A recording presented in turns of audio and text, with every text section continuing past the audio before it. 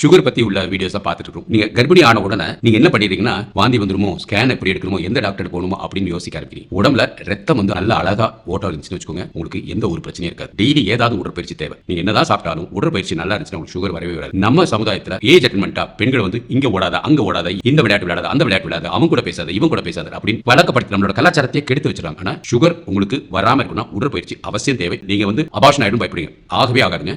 Abortion ஆகிறதுக்கு பல காரணங்கள் இருக்கு. ஆனா தினந்தோறும் செய்யற எந்த பழக்க வழக்கங்களும் கிடையவே கிடையாது. உடல் உறவு இருக்கிறது, இது எல்லாமே இயல்பானது, இயற்கையானது. அதெல்லாம் இருந்தீங்கன்னா தான் நார்மலா. அதனால உடற்பயிற்சி ரொம்ப அவசியம். கணவனையும் கூட்டு போக பாருங்க. உங்க குழந்தை வளர வளர கணவனுக்கும் நீங்க உங்க உடம்புல இருக்கிற மாற்றங்கள், உங்க சிந்தனைகள் சேர்ந்து வந்தாதான் அது பூவா அழகா மாறும். அவர் வேலைக்கு போயிட்டு அவர் ஒரு உலகம், நீங்க ஒரு உலகம் இருந்துட்டு வச்சுக்கோங்க. அவருக்கு குழந்தை பிறந்தோம்னா என்ன செய்யணும் கூட தெரியாது, உங்களை எப்படி பார்த்துக்கணும் கூட தெரியாது, உங்ககிட்ட பேசுற பழக்கம் கூட அவர் வராது. ஸோ கணவனோட கிட்ட பேசுறது, பாசிட்டிவ் திங்கிங் சொல்லணும் இல்லையா, நேர்மறையா பேசுறவங்க அதை வந்து நம்ம பழக்கப்படுத்திக்கணும். அதனால சுகரை பெரிய நோயா எடுத்துக்காதீங்க. அடுத்த வீடியோல முதல் 3 மாசம் என்ன பண்ணணும், அடுத்த 3 மாசம் அதை தெளிவாக சொல்றேன்.